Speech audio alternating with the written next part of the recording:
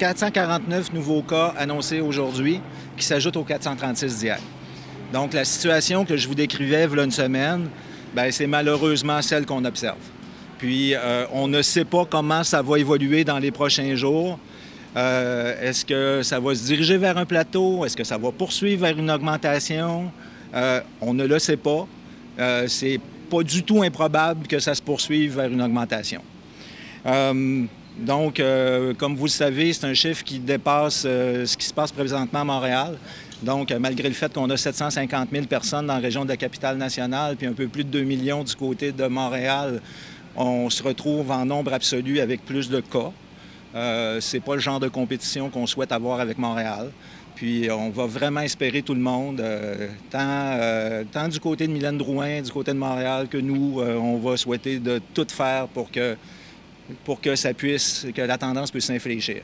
Avec un taux de positivité que je vous disais il y a quelques semaines qui était en bas de 2 il y a 2 semaines, on était autour de 5 et là, ça fait 2 jours consécutifs qu'on se maintient en haut de 7 Donc, vous comprendrez que ce matin, on va annoncer l'ouverture d'un nouveau centre désigné de dépistage qui va se situer dans l'ancienne urgence du Jeffrey Hill. Il était ouvert l'été dernier. On l'avait fermé parce qu'il y avait le besoin était moins présent. Mais comme on est agile, on voit une recrudescence, on va l'ouvrir dès lundi.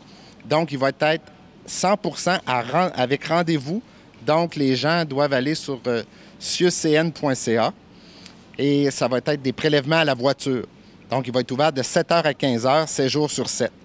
Donc, ça, on pense que ça devrait désengorger un peu le parc Colbert où on sait qu'il pourrait y avoir quelques heures d'attente même. Je suis contente de vous parler de notre 2e journée avec AstraZeneca. Encore, l'engouement a été exceptionnel. Ce matin, dès 4 heures, même du matin, plusieurs personnes se sont présentées, se sont amassées proche de nos sites de vaccination, Cerveau et Ancienne-Lorette, ce qui a fait en sorte qu'on a devancé avec le soutien du SPVQ et sous leur recommandation la distribution des coupons à compter de 5 heures ce matin pour éviter une congestion automobile supplémentaire à ce qui était déjà en cours là, actuellement.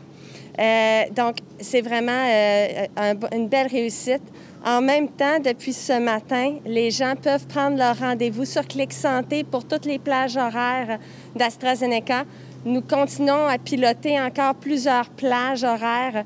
Donc, n'hésitez pas à voir, là, il y en a plusieurs qui vont s'ouvrir. Jusqu'à maintenant, 9 400 personnes à 10 heures avaient pris un rendez-vous pour recevoir du AstraZeneca. Il restait 21 000 places entre maintenant et le 17 avril, dont la plage horaire du quart de nuit, là, dans la nuit de samedi à dimanche, qui débute à 21 h.